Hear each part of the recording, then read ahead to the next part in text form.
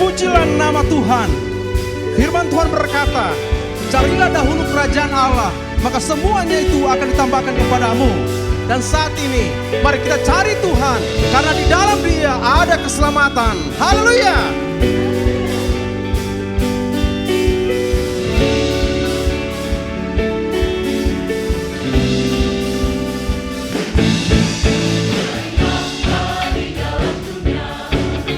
Cari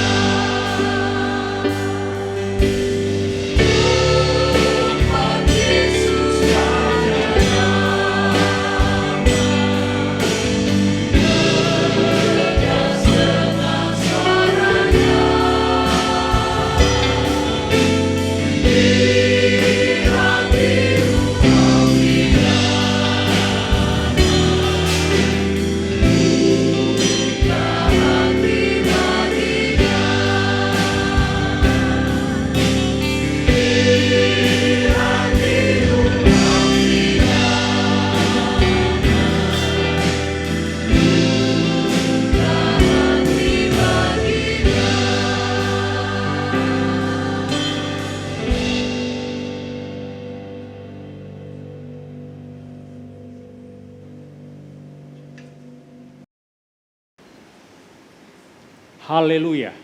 Puji Tuhan. Salam sejahtera dalam kasih Tuhan Yesus Kristus. Bapak Ibu, saudara-saudari di dalam Tuhan, di rumah, dimanapun berada. Hari ini kita akan melihat dari firman Tuhan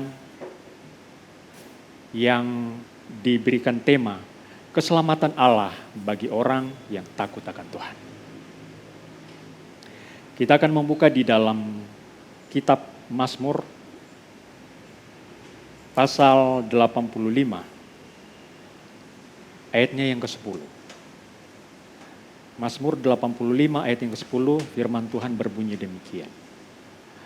Sesungguhnya keselamatan daripadanya dekat pada orang-orang yang takut akan Dia, sehingga kemuliaan diam di negeri kita. Puji Tuhan.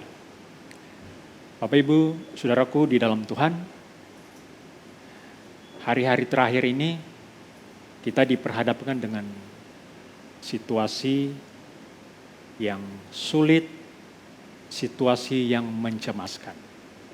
Kita tahu bersama bahwa ini merupakan bagian daripada penggenapan firman Tuhan. Bahwa rencana Allah bagi dunia ini sementara digenapi. Sebagai orang-orang yang percaya, di satu sisi kita ada rasa takut. Tetapi di sisi yang lain, kita ada satu kekuatan bahwa keselamatan itu telah kita miliki, telah kita raih. Dan sebagai orang yang percaya, sebagai anak-anak Tuhan, bahwa keselamatan yang hakiki itu adalah milik kita. Keselamatan itu adalah pasti. Dan satu hal, keselamatan itu untuk dapat mempertahankan apa yang kita harapkan di hari kemudian, yaitu menjaga hidup kita sesuai dengan firman Tuhan, yaitu mempertahankan iman di dalam Yesus Kristus. Karena itulah keselamatan yang kita cari, itulah keselamatan juga yang dirindukan oleh semua bangsa di muka bumi ini, yaitu keselamatan yang Tuhan Yesus sudah kerjakan di atas kayu salib. Dan itu telah kita miliki. Keselamatan itu adalah pasti. Hanya satu syarat saja, yaitu kita memelihara iman di dalam Yesus Kristus. Kalau kita melihat kondisi dunia sekarang, kita menghubungkan dengan kejadian-kejadian setiap hari. Hal-hal yang seperti ini membuat kita takut. Dan kalau kita bicara soal keselamatan, pasti di sana juga ada bicara mengenai penghukuman. Di satu sisi ada penyelamatan, tetapi di sisi yang lain ada penghukuman. Kalau kita melihat dari firman Tuhan, kita mundur jauh ke belakang dari zaman Nuh.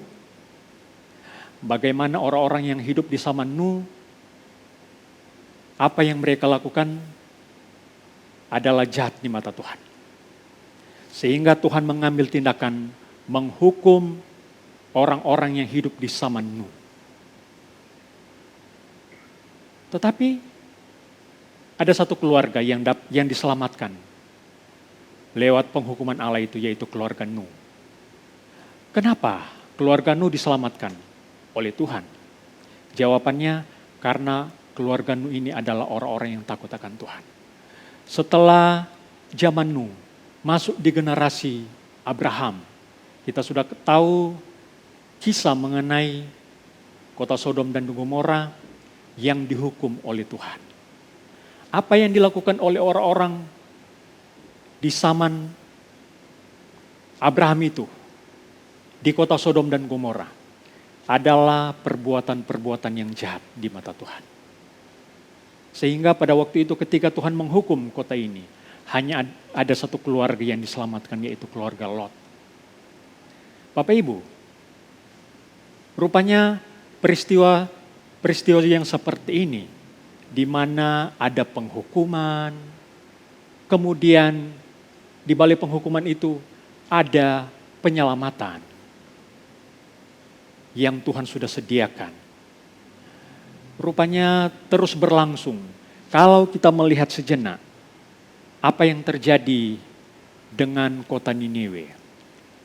Waktu Yunus menyampaikan pesan Tuhan kepada orang-orang Niniwe bahwa 40 hari lagi kota Niniwe akan ditunggang balikan oleh Tuhan. Apa yang terjadi ketika mereka dengar pesan Tuhan itu? Ketika mereka dengar penghukuman yang Tuhan sudah rencanakan di kota Niniwe ini. Kata firman Tuhan, percayalah orang Niniwe kepada Tuhan. Dan apa yang mereka lakukan? Mereka berbalik dari tingkah laku mereka yang jahat. Sehingga penghukuman Tuhan batalkan. Ada penghukuman, tetapi di sisi yang lain juga ada keselamatan, ada penyelamatan. Bapak Ibu Saudaraku, yang terjadi di akhir-akhir ini, kalau kita melihat dengan kondisi sekarang, sebagai anak-anak Tuhan, hubungan kita dengan keadaannya di luar sana seperti apa? Kata firman Tuhan di dalam kitab Mazmur 103, ayatnya yang ke-13, berkata, seperti Bapa sayang kepada anak-anaknya, demikianlah Tuhan sayang kepada orang-orang yang takut akan Dia. Bapa menyayangi anak-anaknya. Seperti apa sih kasih sayang Bapa kepada anak-anaknya? Kalau kita melihat kisah anak yang terhilang di Injil Lukas pasalnya yang ke-15. Di sana ketika anak bungsu ini kembali kepada bapaknya. Bapaknya bukan hanya mengampuni dia, tetapi bapaknya memakaikan dia jubah yang terbaik. Tidak berhenti sampai di sana, bapaknya juga membuat pesta untuk anak ini. Anak yang sudah terhilang tetapi kembali. Demikianlah kasih sayang Tuhan kepada orang-orang yang takut akan Dia. Bahwa kasih sayang seorang bapa kepada anak-anaknya sungguh luar biasa. Bapa bukan hanya mengampuni kita, tetapi Bapa memberikan kita juga yang terbaik. Memberikan jubah yang terbaik, pakaian yang terbaik. Pakaian dulu kita rapuh, robek, pakaian yang kotor. Tetapi ketika seorang anak ini datang kepada bapaknya, bapak ini memakaikan dia pakaian yang terbaik. Memberikan kita pengertian, memaknai kehidupan kita. Bahwa kasih sayang seorang bapak kepada anak-anaknya sungguh luar biasa. Sungguh mulia, sungguh indah. Saya akan membacakan satu buah ayat di dalam Injil Lukas pasalnya yang ke-21. Ayatnya yang ke-11 berbunyi demikian. Lukas 21 ayat yang ke-11 berbunyi demikian. Dan akan terjadi gempa bumi yang dahsyat dan di berbagai tempat akan ada penyakit sampar dan kelaparan. Dan akan terjadi juga hal-hal yang mengejutkan dan tanda-tanda yang dahsyat dari langit. Bapak, Ibu, Saudara-saudaraku, apa yang terjadi dengan wabah ini? Dengan penyakit sampar yang melanda kurang lebih 200 negara saat ini. Ini sungguh mengejutkan. Barangkali di bulan yang pertama di tahun 2020 ini, kita belum pernah berpikir kondisi dunia akan seperti ini. Dan ini adalah hal yang mengejutkan untuk kita. Apalagi kita sebagai anak-anak Tuhan. Tetapi rupanya kalau kita melihat di dalam firman Tuhan ini, firman Tuhan sudah terlebih dahulu mengatakan bahwa akan terjadi hal-hal yang mengejutkan. Barangkali setelah wabah ini berakhir, mungkin akan ada masalah baru lagi akan muncul. Bisa jadi kemiskinan itu akan meningkat dan kelaparan itu akan terjadi di mana-mana. Ini adalah hal-hal yang membuat kita takut. Tetapi firman Tuhan sudah terlebih dahulu mengatakan akan terjadi hal-hal yang mengejutkan.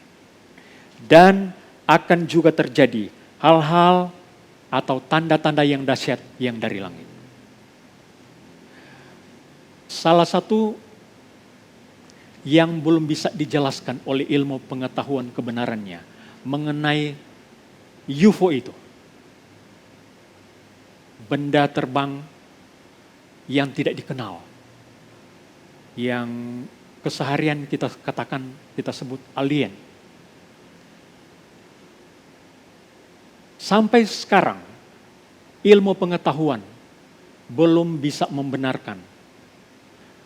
Ilmu pengetahuan belum bisa mengatakan mengenai kebenaran benda luar angkasa ini.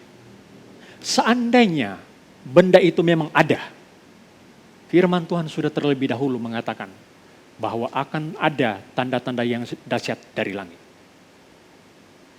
Ada juga ahli-ahli yang berkata bahwa ada benda-benda luar angkasa yang pada beberapa tahun ke depan akan menabrak bumi. Kalau seandainya benda luar angkasa itu jatuh ke laut, apa yang akan terjadi dengan dunia? Tsunami secara besar-besaran akan melanda dunia. Dan hal itu akan mengejutkan dunia, akan menakutkan. Tetapi firman Tuhan sudah terlebih dahulu mengatakan itu kepada kita. Akan muncul hal-hal yang menakutkan, hal-hal yang dahsyat dari langit akan muncul. Sebagai orang-orang yang percaya kepada Tuhan, sebagai anak-anak Tuhan, kemana kita mau berlari? Kemana kita mau berlindung? Apakah kita berpikir kita akan luput dari penghukuman itu? Kita akan luput dari keadaan yang akan datang, yang akan menggoncangkan dunia ini. Firman Tuhan berkata akan datang gempa bumi yang sangat dahsyat. Apakah kita yakin kita akan selamat dari kejadian-kejadian yang akan melanda dunia yang kita tidak tahu kapan itu akan terjadi, yang akan mengejutkan dunia ini? Tetapi di dalam firman Tuhan kita sudah melihat bahwa sesungguhnya keselamatan itu ada bagi orang-orang yang takut akan Tuhan. Orang-orang yang takut akan Tuhan menjadi jaminan bahwa Tuhan sayang kepada orang-orang yang takut akan Tuhan. Hal-hal yang mengejutkan, hal-hal yang kita tidak tahu. Percayalah firman Tuhan bahwa kalau ada penghukuman bagi dunia ini, ingat ada juga penyelamatan. Tuhan akan luputkan orang-orang yang takut akan Tuhan. Seperti Bapa sayang kepada anak-anaknya, demikian juga Tuhan sayang kepada orang-orang yang takut akan Tuhan. Seperti tingginya bumi, seperti tingginya langit di atas bumi, demikianlah Tuhan sayang kepada orang-orang yang takut akan Dia. Betapa cintanya Tuhan kepada kita, betapa Tuhan menyayangi hidup kita, betapa Tuhan mencintai kita, mencintai saya dan saudara. Satu hal di dalam firman Tuhan, hiduplah dalam takut akan Tuhan. Tidak berkekurangan orang-orang yang takut akan Tuhan. Berbahagialah orang-orang yang takut akan Tuhan. Karena orang-orang yang takut akan Tuhan, kelimpahan yang daripada Tuhan akan kita miliki. Puji Tuhan. Demikianlah firman Tuhan hari ini. Tetap hidup takut akan Tuhan. Tuhan mengasihi kita semua. Haleluya. Bapak Ibu, saudaraku, di rumah, dimanapun berada, mari kita nyanyikan pujian. Cintanya Yesus amat heranlah.